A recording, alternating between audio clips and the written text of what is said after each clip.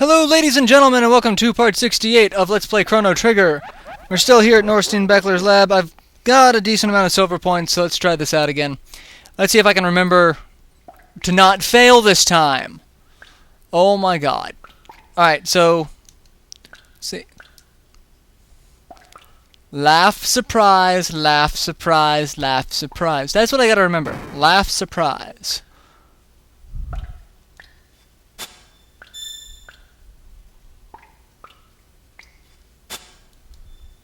Oh my god, I did it! Except not. Because I gotta keep going.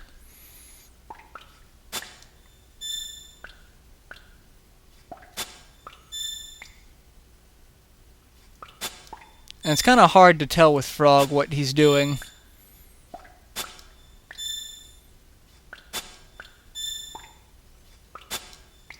See, now I'm not failing.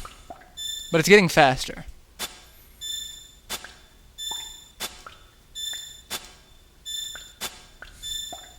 It's doing the same thing over and over again. Oh, I failed. I'll take 1,000 gold. The clone will be at Chrono's house. But yay, we got the clone. And I didn't fail that time. And I've got a surplus of silver points with that, so I'm going to go up and actually turn that into money. 31 silver points. Because I don't need anything else.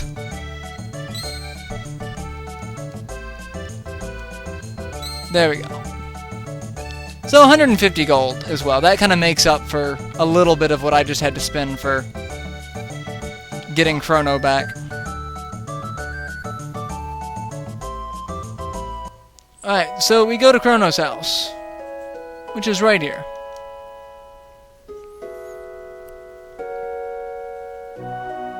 Which is a recent addition between 680 and Chrono's mom's not here. Oh, there's Chrono's mom. Is Chrono okay? He's okay. Fine, actually. Tell him to be good, okay?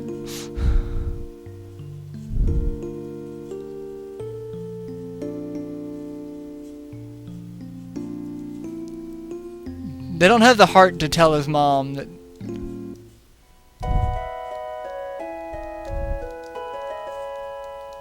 And she ignores us now, so... stay out of trouble. And we have 0 ounces of cat food. We kind of need cat food. We're not going to get cat food. Kitty!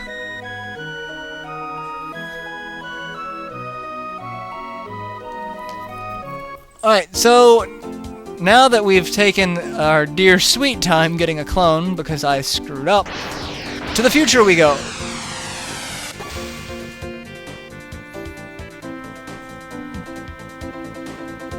I like how the landmass changes so much. I mean, that wasn't there before. None of this was there before. Where did all this come from?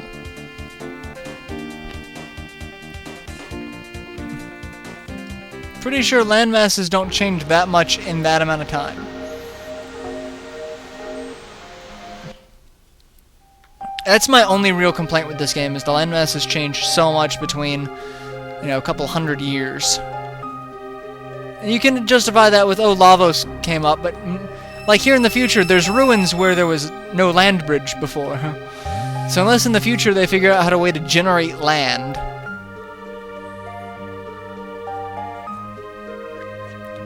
Yeah, again, that's my only real gripe. And that's kind of a sad thing to have a gripe about in this game. Alright. Alright. We've got a clone. Enough. The time has come for you to attempt Death Peak. It's your only chance you have of reviving your friend. The last program I've implanted in this creature's memory banks will help you up the mountain. Stand back. Opens the door, and a Poyozo doll appears, and flies out of the place. Another Poyozo doll appears, and a third Poyozo doll appears. And that is all. The 3 entities you saw will help you climb Death Peak. This ends my message. Now I must ask you for a favor. This creature has executed its program. Please let him sleep. The switch is on his stomach. Switch the creature off. If we turn him off, we can't turn him back on. So this is basically like having Balthazar die. And having him rest in peace. This creature sleeps beyond the flow of time. So now we can't turn him back on. So there's no more information. That's all there is from Balthazar and his new. So now we get to attempt Death Peak.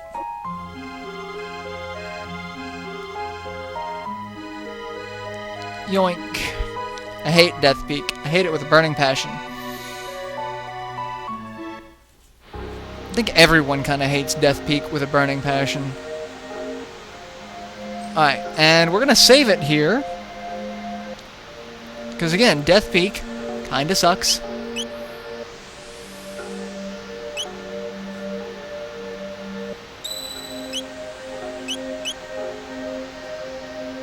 Not much has changed other than the lack of gold we have for having to spend money on that clone.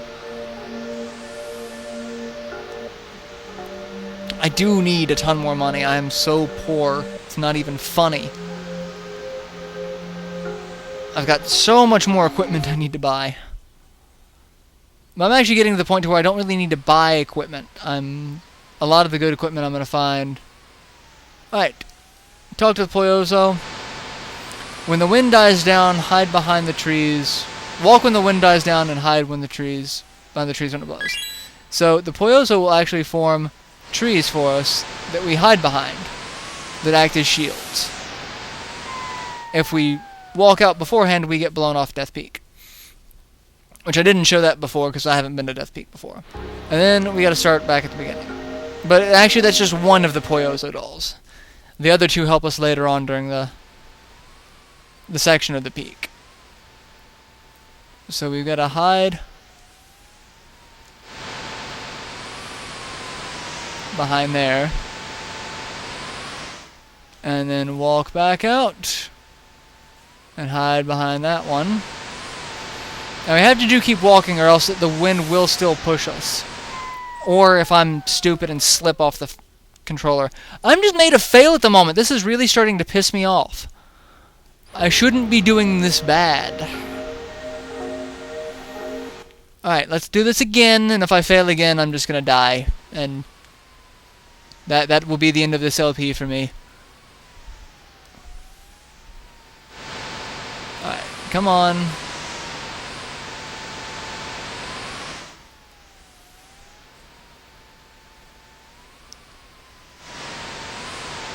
And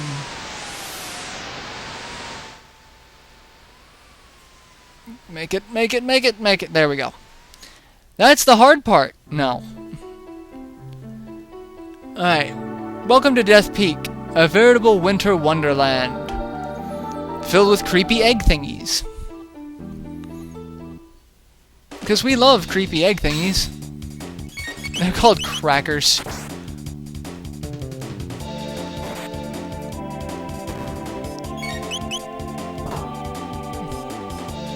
And now we've got Magus in our party, Magus's speed kinda sucks. But I prefer to have the amulet on him. The speed for all of my party members kinda suck. He is kinda badass though. That is kinda cool having a guy with a scythe walk around.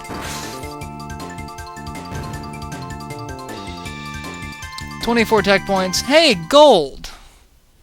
Now we finally made up for the gold we've spent for that clone. Got a magic ring. That's actually kind of useful. I won't be using it right now, but it is kind of useful.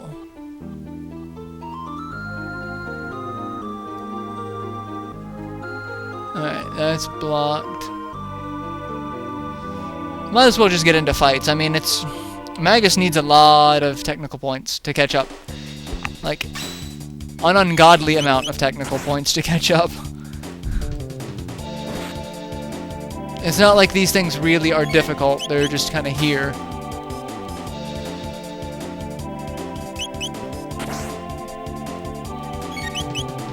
Dead.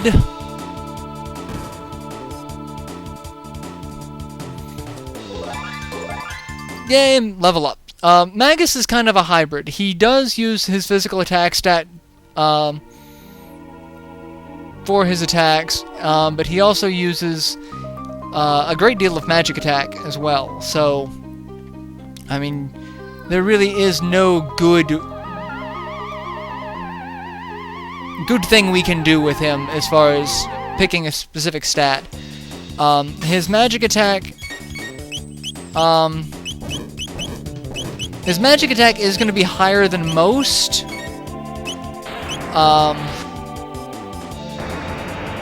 In fact, his strongest spell is second only to Chrono as far as damage. What makes him very useful early on is the fact that he has all 3 level 2 elemental abilities. So he's very useful for certain sections of the game. Alright. And we've got a save point here. There's stuff growing on this tree. Never noticed that before. And a wall ring. Let's look and see what those two do before we save it.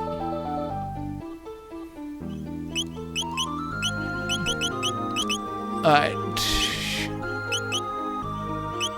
Where'd you go?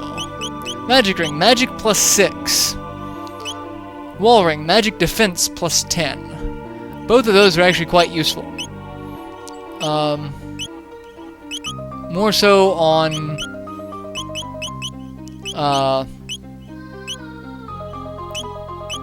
Magus. His magic stat is 50. Frog's is 27. I mean, Luca has the second highest magic out of anyone. It's insane. That's what magic tabs are for. Alright, let's go ahead and save it, and then I'll go ahead and cut this video, because there's not really too much else I can do in this one other than just more wandering around. Alright, so yeah, I will see you all in our next installment. Until then, later everyone.